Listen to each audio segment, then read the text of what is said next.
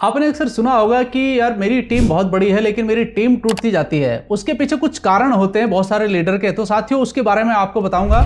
मेरा नाम संजय परमार है और मैं पिछले 3.5 साल से डायरेक्ट सेलिंग को करता आ रहा हूं दोस्तों, और इसके बहुत सारे पहलुओं पर मैंने नजर डाली है। बहुत कुछ सीखा है मैंने इस बिजनेस से और अपने साथियों से भी बहुत कुछ सीखा है। साथियों आज मैं कुछ आपको 12 ऐसे पॉइंट बताना चाहता हूं कि जिससे आपकी टीम आपके साथ चलती रहे हमेशा के लिए, और उसे मैं कहता हूं अच्छी रिलेशनशिप बना करके रखना। जी हां साथियों, नेटवर्क मार्केटिंग के अंदर सबसे बड़ा जो एक क्वालिटी होता है किसी भी लीडर का, वो होता है आपका डायरेक्ट सेलिंग के अंदर अपने साथियों के साथ अच्छा बिहेवियर करना, अच्छा रिलेशनशिप मेंटेन करना। तो उसके कुछ पॉइंट हैं जो मैं आपके साथ शेयर करना चाहता हूं, जो बहुत जरूरी है एक सफल लीडर बनने के लिए। जी हां, ये बहुत ज्यादा इंपॉर्टेंट है। साथियों आपको चाहे कितनी भी नॉलेज है, लेकिन अगर आपके अंदर बिहेवियर अच्छा नहीं है, रिलेशनशिप मेंटेन करने की आपके अंदर क्वालिटी नहीं है, तो आप ज्यादा दिन तक अपनी टीम को अपने साथ नहीं रख सकते हैं। सिर्फ यही एक कारण होता है। मैं आपको एक छोटी सी बात बताना चाहता हूं।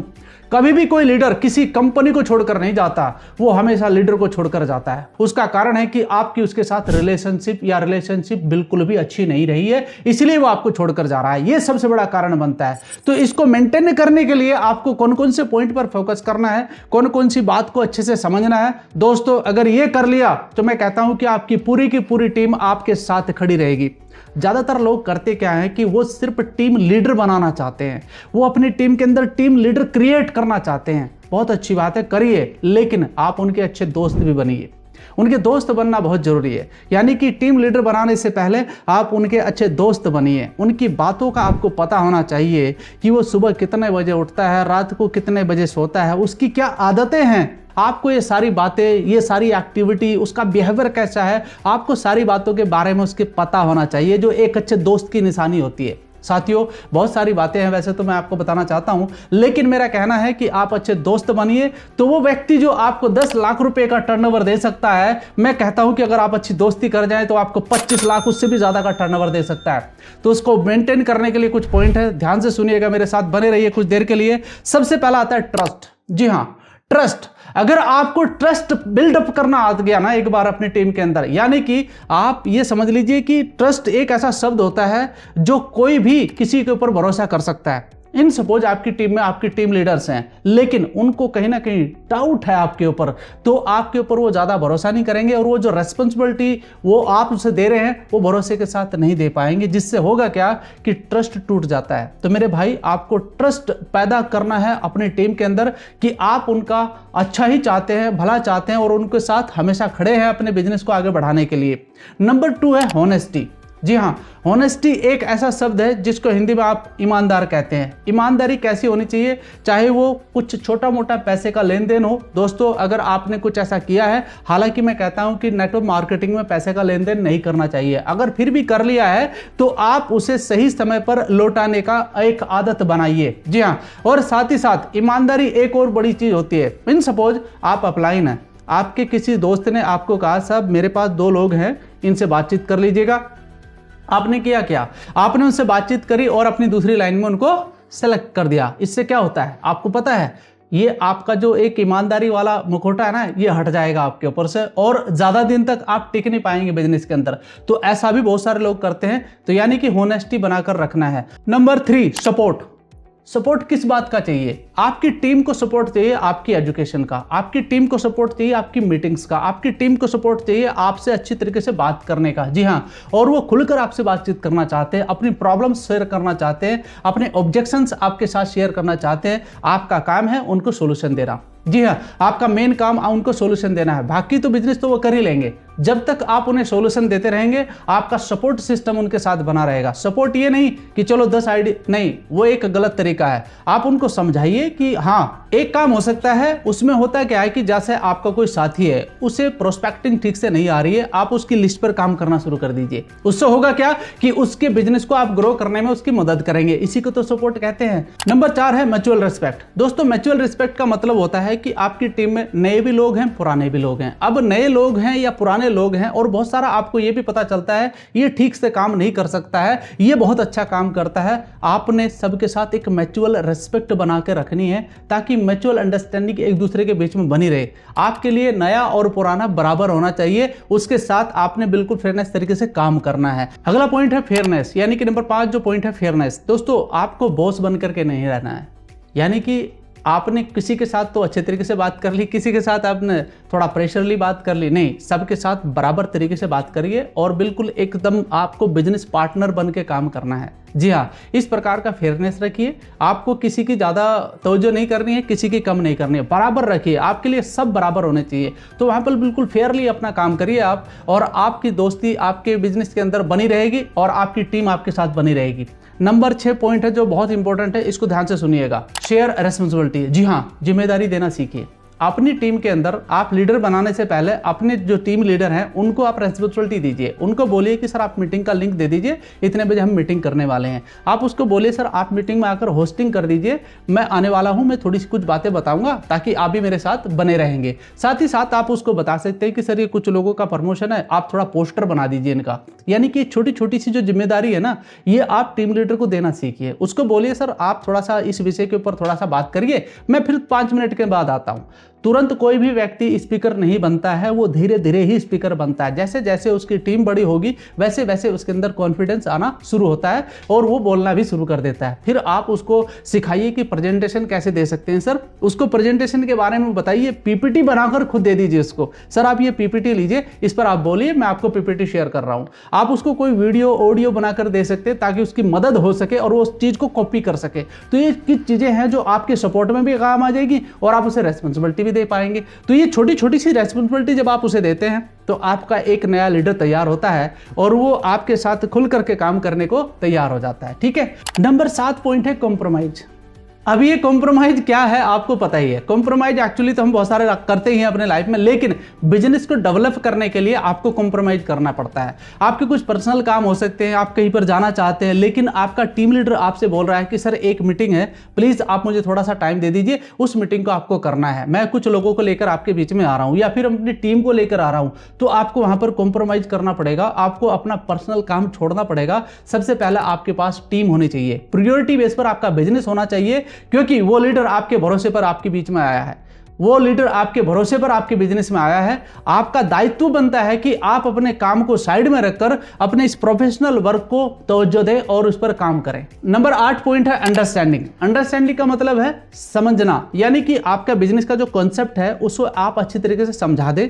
यानी कि हमारे बिजनेस में क्या क्या बेनिफिट मिलते हैं, मार्केटिंग प्लान किस प्रकार का है। आपके हर एक लीडर को यह पता होना चाहिए कि आपकी कंपनी कहां से स्टार्ट हुई है, क्या उसकी हिस्ट्री है, क्या उसकी ज्योग्राफी है, वो किस तरीके से काम कर रही है, किस एथिक्स पे वो काम कर रही है और उसके अंदर प्रोडक्ट किस प्रकार के होने चाहिए। यानी कि ये अंडरस्टैंडिंग आपको पहुंचाना है एज अ लीडर। जब आप कुछ नई नई बातें उसको सिखाएंगे आपके बिजनेस के प्रति, उसको भरोसा होगा कि मैं एक सही लीडर के साथ काम कर रहा हूं। तो दोस्तों आपकी टीम लीडर को अंडरस्टैंडिंग देना आपका जिद है, आप उसको देंगे तो आप समझ लीजिए कि आप उनका भरोसा जीत रहे हैं। Number 9 point equality. जी हाँ, इक्वालिटी क्या होता है दोस्तों, मैं आपको बता दूं, मोस्टली क्या होता है बिजनेस के अंदर, जैसे ही आपका टीम लीडर ग्रो करने लगता है, यानी कि वो बड़े लेवल पर पहुंच चुका है, अभी पैसा भी कमाने लगा है थोड़ा, तो उसके अंदर एक अलग से रूडनेस आ जाती है। यानी कि वो अपने टीम लीडर के साथ उस तरीके से बात नहीं करता जैसे वो शुरुआत में करता आ रहा था, और यही उसके डाउनफॉल का सबसे बड़ा रीजन बनता है। यानी कि अब इसने फोन उठाने बंद कर दिए हैं बहुत सारे लोगों के, क्योंकि बहुत सारे लोग उसे इंस्पिरेशन मानने लगे थे, अब वो उसका फोन उठाना ही बंद कर देगा। तो होता क्या है कि टीमें नीचे से टूटती हैं दोस्त, ऊपर से कभी नहीं टूटती हैं, टीमें नीचे से टूटना शुरू होती हैं और फिर धीरे धीरे धीरे धीरे धीरे आपकी टीम ही खत्म हो जाती है और फिर आप माथा पकड़ते हैं कि मेरी तो पूरी की पूरी टीम ही खत्म हो चुकी है। इसका एक ही रीजन बनता है कि आप अपनी टीम के साथ सही तरीके से बिहेवियर नहीं कर रहे हैं, इक्वालिटी नहीं रख रहे हैं। आप कुछ लीडर के साथ सिर्फ बात करते हैं, बाकी नए लीडर के साथ आप बात करना बंद कर देते हैं, जिससे होता क्या है कि आपकी टीम के अंदर वो बाउंडिंग नहीं बन पाती जिससे बनाना बहुत जरूरी है आपके लिए। जी हाँ, तो हमेशा इक्वालिटी रखिए, सभी के साथ बात करिए, सभी का, अगर आपके पास किसी का फोन आता है तो फोन उठाइए, अगर आपसे कोई सोल्यूशन चाहता है तो उससे सोल्यूशन दीजिए, व्हाट्सएप के जरिए सोल्यूशन दीजिए। आपकी टीम के अंदर जो सबसे नया व्यक्ति है उसके पास भी आपका फोन नंबर होना चाहिए। जी हाँ, आपका व्हाट्सएप नंबर होना चाहिए। हो सकता है कुछ बड़ा वो सोच रहा हो अपने बारे में, उसके पास पोटेंशियल बहुत ज्यादा है, तो आप उसका फायदा उठा सकते हैं। दोस्त आपको हर एक व्यक्ति का नंबर अटेंड करना चाहिए, बस मेरा इतना मानना है। तो इक्वालिटी होनी चाहिए। ठीक है। नंबर 10 है काइंडनेस। जी हाँ, इसको थोड़ा ध्यान से सुनिएगा। काइंडनेस का मतलब होता है दया भाव, यानी कि आपके अंदर आपकी टीम के प्रति क्या दया भाव है, ये दर्शाता है कि आपकी रिस्पॉन्सिबिलिटी और रिलेशनशिप क्या है आपकी टीम के साथ। दोस्तों, आपका हमेशा से काम रहना चाहिए कि आप अपने टीम लीडर को आगे ग्रो करने के लिए कुछ ना कुछ करते रहिए। और इसके सबसे बड़ा एक तरीका है कि आप अपनी टीम का विजन क्लियर करिए। हमेशा याद दिलाते रहिए कि आप इस बिजनेस के अंदर क्या करने आए थे और क्या कर रहे हैं फिलहाल। उसको दोबारा से रिपीट कराइए कि सर, हम जो इस बिजनेस के अंदर आए हैं, हमें एक शानदार गाड़ी खरीदनी है, शानदार घर बनाना है, शानदार लाइफ जीनी है, विदेश यात्राएं करनी है और एक अच्छे तरीके से अपने परिवार को आगे लेकर के जाना है, अपने सभी सपनों के ऊपर काम करना है। ये विजन हमेशा आप याद दिलाते रहिए अपनी टीम को। इससे होगा क्या कि आपका जो एक दया भाव का केंद्र बिंदु आपकी टीम के साथ बना रहेगा और आप हमेशा इस भाव से काम करेंगे कि आप उन्हें आगे बढ़ाने का काम करते रहिए। तो ये आपका काम है, इस चीज को मेंटेन करना आपको जरूरी है। तो इससे क्या होगा कि आपकी रिलेशनशिप अच्छी तरीके से बनी रहेगी। नंबर 11 बहुत इंपॉर्टेंट है, ध्यान से सुनिएगा। ज्यादातर लोगों का टीम टूटने का रीजन यही बनता है। इसका नाम है फ्री फ्रॉम थ्रेट्स, यानी कि आपको अपनी टीम को ज्यादा धमकाना नहीं है। बहुत सारे लोग धमकाने का काम करने लगते हैं यानी कि भाई तूने ये क्यों नहीं किया, मीटिंग में क्यों नहीं आया, कैमरा ऑन क्यों नहीं किया। मतलब उनका बोलने का बिहेवियर एक लीडर जैसा नहीं होता है। ऐसे हो जाता है जैसे बॉस बन चुके हैं वो। We are not a boss on here, we are just a friend on here as a business partner. Business partner कैसे बात करते हैं, उसकी मर्जी है, उसका ओपिनियन है, वो नहीं करना चाहता तो मत प्रेशर कीजिए ना उसके ऊपर। आपको ऐसा नहीं करना है, आपको अपना बिहेव सही रखना है अपने टीम लीडर के साथ में। और बहुत सारे लीडर क्या करने लगते हैं कि वो टारगेट दे देते हैं, तुम इतना बिजनेस कर दो, हम तुम्हारे लिए इतना काम कर देंगे। अरे ये क्या बात हुई। अगर आपका टीम लीडर ज्यादा काम नहीं कर पा रहा है तो आप उसके ऊपर क्या करते हैं, फोर्स करना शुरू कर देते हैं, धमकाना शुरू, अरे तुमने ये काम नहीं किया बिल्कुल भी। मतलब क्या हुआ कि आप सिर्फ उसके साथ बिजनेस की बातें कर रहे हैं, यारी दोस्ती की कोई बात नहीं है, साइड में हो चुका है सब ना। उसके पर्सनल जीवन से आपको कोई लेना देना है, बस आपको वहां से आपका बिजनेस निकल गया, बात खत्म हो गया। मेरे भाई ऐसा काम मत करिए, इससे भी टीमें टूटती हैं। नंबर 12 ध्यान से सुनिएगा, क्या है इसका मतलब। बहुत सारे लोग अपनी टीम को प्रेशर देना शुरू कर देते हैं। प्रेशर किस बात का, इतना बिजनेस तो तुझे करना ही पड़ेगा, अगर तूने इतना बिजनेस नहीं किया तो भाई हम तेरे साथ ज़्यादा टाइम नहीं दे सकते हैं, हमारे पास इतना टाइम भी नहीं है। कुछ इस प्रकार की बातें होने लगती हैं टीम के अंदर। तो होता क्या है कि जब आपके अपलाइन, बहुत सारे लोग क्या करते हैं कि वो अपलाइन बन जाते हैं और उसके साथ क्या होता है कि वो फिर ये सोचने लगते हैं कि इसका तो बस इतना ही है, इतना ही करेगा, इससे ज़्यादा काम नहीं कर सकता है। मैं कह रहा हूं कि वही एक ऐसा लीडर होता है जो स्टेबल है। आप उसके साथ काम नहीं कर रहे तो आप समझ लीजिए कि आप धोखे में जाने वाले हैं, आपकी टीम टूटने वाली है। ये सिर्फ छोटा सा एक अलार्मिंग होता है आपका, अगर आप उसके साथ, आपको हर एक लीडर के साथ काम करना है बिना प्रेशर के। जी हाँ, हो सकता है उसकी कोई प्रॉब्लम है, वो नहीं कर पा रहा है, तो आपको सहयोग करना है, उसकी प्रॉब्लम को समझना है और आगे उसको आगे बढ़ाना है। पुशअप करना है यार अपने दोस्त को। तो दोस्त को ऐसे खाली हाथ थोड़े छोड़ सकते हैं, तो उसको किसी प्रकार का कोई प्रेशर नहीं होना चाहिए। तो ये 12 जो पॉइंट मैंने आपको बताए हैं, इन पॉइंट को थोड़ा सा ध्यान से देखिएगा और मैं चाहता हूं कि एक बार इन 12 पॉइंट को आप अपनी कॉपी पर लिखें, एनालाइज करें, क्या ये पॉइंट सही है, क्या ये जायज है, क्या एक अच्छे टीम लीडर की निशानी है कि वो इन पॉइंट पर ध्यान दे। तो दोस्त, यही वो चीज है जो आपको आगे बढ़ाने का काम करती है। मैं कुछ एक और छोटी बात कहूंगा आपको जो बहुत इंपॉर्टेंट है। 12 पॉइंट तो आपकी रिलेशनशिप मेंटेन करने के लिए है। नेक्स्ट एक पॉइंट है जिसको मैं लास्ट में बोलता हूं हमेशा, फॉलोअप।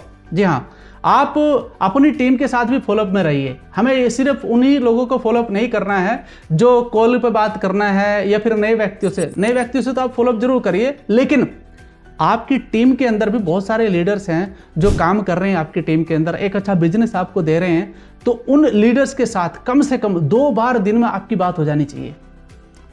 मैं आपको फिर से रिपीट करता हूं, यदि आपके टीम लीडर बहुत सारे हैं जो बहुत अच्छा काम कर रहे हैं, आपको अच्छा बिजनेस भी दे रहे हैं, तो आपका खुद ही कॉल उनके पास 2 बार चला जाना चाहिए। और भाई कैसा चल रहा है, किस तरीके से कर रहे हो, क्या प्लानिंग कर रहे हो, कुछ नई प्लानिंग करें क्या, आज कुछ नई प्लानिंग करें आगे भविष्य में, कुछ 1 महीने के बाद नई प्लानिंग करें। वो प्लानिंग कैसी होनी चाहिए, जैसे अभी नया साल आने वाला है, आप नए साल पे कुछ प्लानिंग कर सकते हैं कि यार 31 दिसंबर को मिलते हैं, बैठते हैं, बात करते हैं, है ना, एक रात गुजारते हैं साथ में बैठकर। कुछ इस प्रकार की प्लानिंग अगर आप करें अपनी टीम के साथ, और मैं ये सभी टीम लीडर्स को बोल रहा हूँ जो ऑलरेडी बिजनेस कर रहे हैं डायरेक्ट सेलिंग के अंदर, तो आप सबके लिए मेरा एक छोटा सा सुझाव है, अगर आप इस चीज़ को माने तो आप अपनी टीम लीडर्स के, कुछ मुख्य लीडर्स के साथ बैठिए 31 दिसंबर को और उनके साथ आगे का विजन क्लियर करिए। आपका बिजनेस 2024 में रॉकेट की तरह भागेगा। ये आपको तय करना है कि आप कर पा रहे हैं कि नहीं कर पा रहे हैं। मैं तो करने जा रहा हूं। तो ये आपका दायित्व है कि आप अपनी टीम के साथ एक अच्छा रिलेशनशिप बनाइए।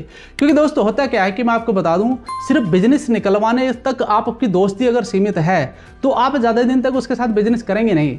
एक ऐसा भी हो सकता है कि आपका एक टीम लीडर है जिस पर आप ज़्यादा ध्यान नहीं दे रहे हैं, लेकिन वो टैलेंटेड है। अब उसका टैलेंट हो सकता है कि अभी उसका साथ ना दे रहा हो, लेकिन अगर वो अपने काम को अच्छी तरीके से और अच्छी तरीके से कर जाए, क्योंकि जो काम लगातार कर रहा है वो तो सफल तो होगा, इसमें तो कोई डाउट नहीं है। लेकिन आने वाले समय पर वो आपकी इज्जत नहीं करेगा, ना आपको वैल्यू देगा वो, ना आपको वो भाव से देखेगा जो एक अपलाइन का भाव होता है। तो उसके लिए आपको फिर तैयार रहना चाहिए बाद में।